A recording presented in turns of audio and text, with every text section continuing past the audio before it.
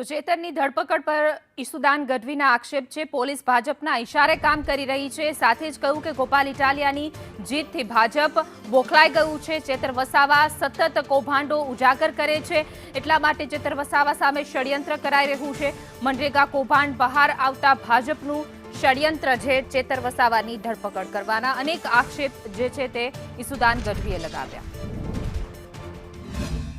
ભાજપ આવા યુવાનોને કચડી નાખવા માંગે છે કે જેથી કરીને આદિવાસી સમાજમાં જે હજારો કરોડ રૂપિયા આવે છે એ ભાજપના નેતાઓ ઉલેચી અને પોતાના ઘરે લઈ જાય, એટલા માટેનો આ ષડયંત્ર છે।